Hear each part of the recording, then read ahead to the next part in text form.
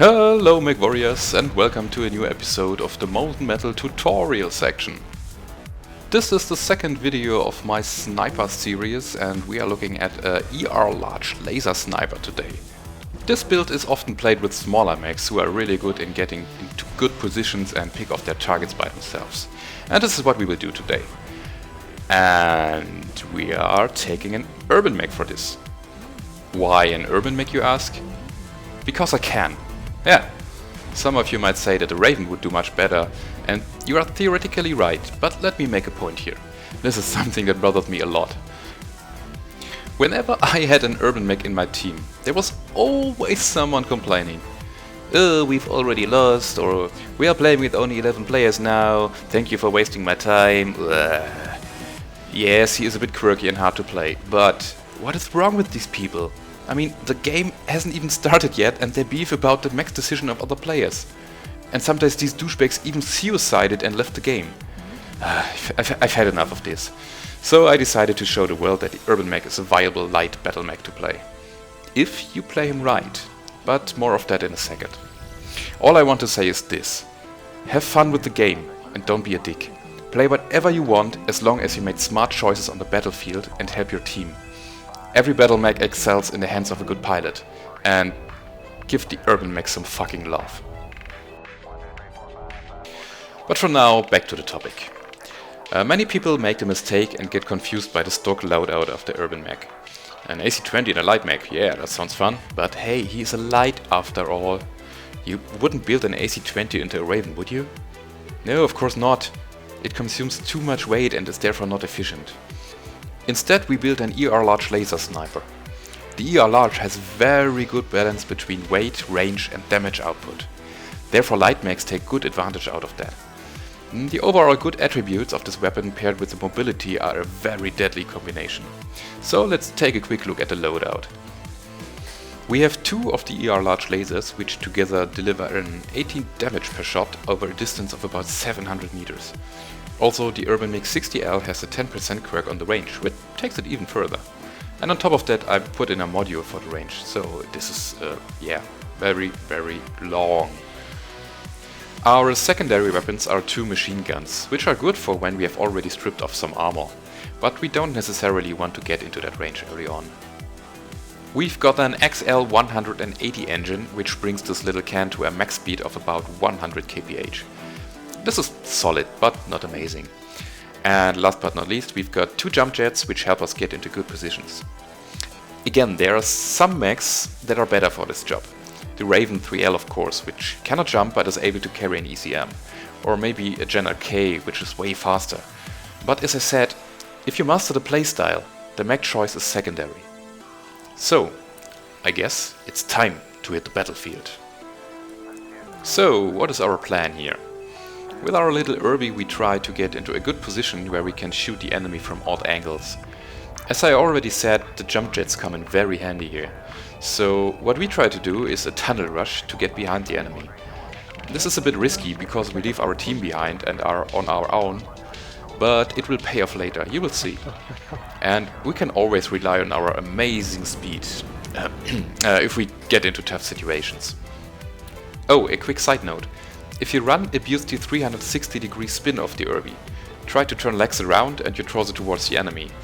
You have more armor plates on the front, you are faster and you can still shoot while retreating. It requires some practice and a good knowledge of the terrain, but you can totally use it to your advantage.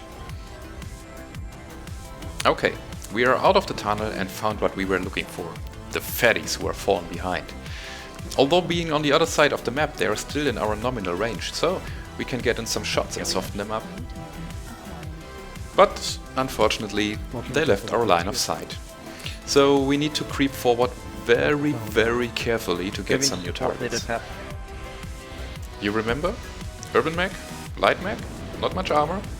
Yeah, you get the point. So let's play him this way. Our main concern is to not get caught. So we use terrain and range to our advantage. Let's sneak up on them and see what we can make happen. It looks like they're grouped up quite heavily. Okay, we found them. Now we have two purposes. Trying to get backstab kills and distracting the enemies so that our team has some space to fight. The king crab is a perfect target and our position is just great too. We can carefully line up a shot and deal some center torso damage from behind.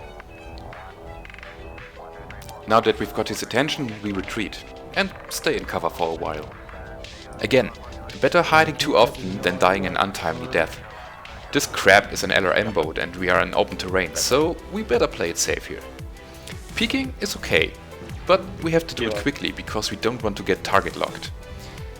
The good thing is, the king crab pilot is confused by the different damage income from us and our team, so we are pretty safe here.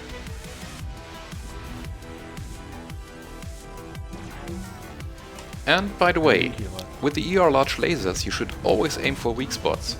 Unlike with projectile weapons, you can adjust your aim a bit and bring the damage to the critical parts of the mech. So lock the targets and go for the places where no armor is left. For now we are capping and troll the rifleman a bit. But as it seems there is another target on the other side of that hill. And we have backup coming from Charlie 4, so we jump up and see if we can support a bit. I activate a UAV because I want to be sure that nothing comes from the right. That way I can concentrate on firing. The rifleman also has very high mounted armor, so I try to peek just as far as needed so that he's not able to fire back at me. But as it seems, my team just swarmed him and there was nothing he could do. Now that we are regrouped with our team, we move along with them and use them as our cover. We try to stay in second line and amplify the damage on the targets that they are choosing. Scouting is okay if you feel like it, but once the heat of the battle gets on, make sure that you find yourself a safe spot. Yeah, did I already mention that we are playing a light mech here? Yeah? Really? Okay. So what we do now is we peek over that hill and get ourselves some targets. We fire off some shots and then we retreat again, and wait for our team to follow up.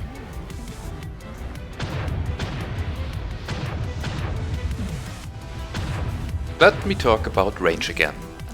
Our nominal range with all the quirks and range modules is 810 meters now.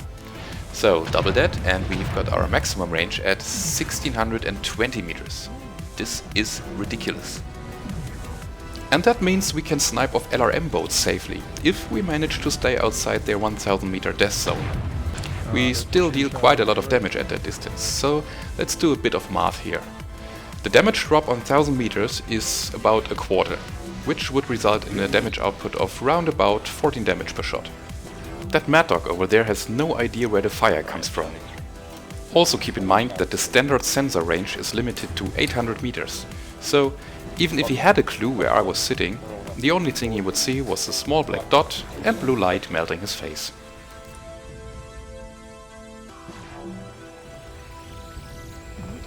And another quick side note. Try to be insignificant to the enemy. Yes, we've already made the first step by choosing the UrbanMech, but if you are getting targeted, get your head down, wait a little while so that the enemy can target one of your teammates and then get back up again.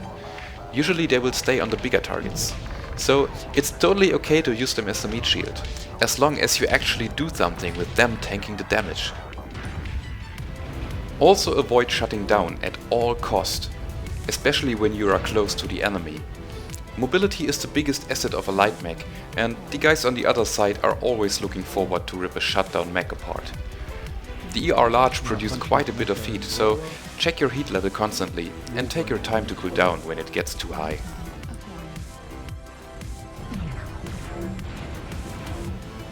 At the moment we are under heavy fire, so we pull back a bit and change our position. It seems that there is something going on at Kappa, so let's see if we can support our teammate there. I see that the Hunchback carries 2 LRM-10, but he's not firing them, so I assume that he's out of ammo, and he has only 3 medium lasers left. So I feel pretty safe here, and therefore I just get into a good firing position, but I keep my distance to avoid backfire. See how he's totally ignoring me? Meanwhile I can work on his center torso and grind through his armor plates.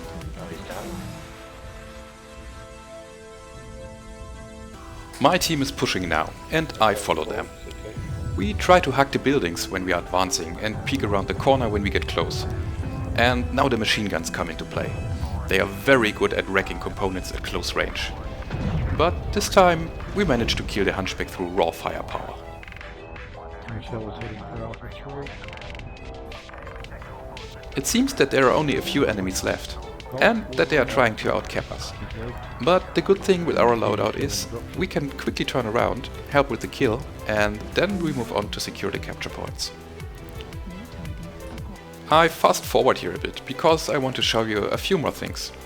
At first I was heading to Gamma, but on the second thought I was pretty sure that the enemy would go for Theta to cap it and win the game. Therefore I turned around and headed towards the canyon. And it turns out that I should be right. There are two enemies. Now I had to make a tough decision. We are equal on score, but the enemy has more capture points. Capturing Theta would have taken too long and I would have lost my mobility. So instead I charged the two in the hope that I can keep them busy long enough till the rest of my team arrives. And I went for the squishier target here. I had a bigger chance for killing the Raven than the hunchback, so I shoot all I have into his center torso.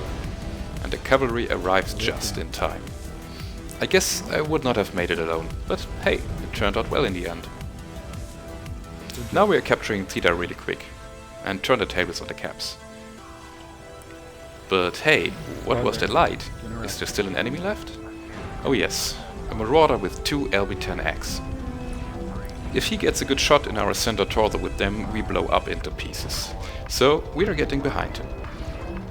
And here comes the last pro tip for this video. Shoot at the portion between the legs if you can. Most of this part is assigned to the center torso hitbox. So if you're close, shoot the nuts and asses of your enemies. Yeah, that was close. We won through caps, but I guess I would have killed the marauder in the end. He was the last enemy. So, what do you think?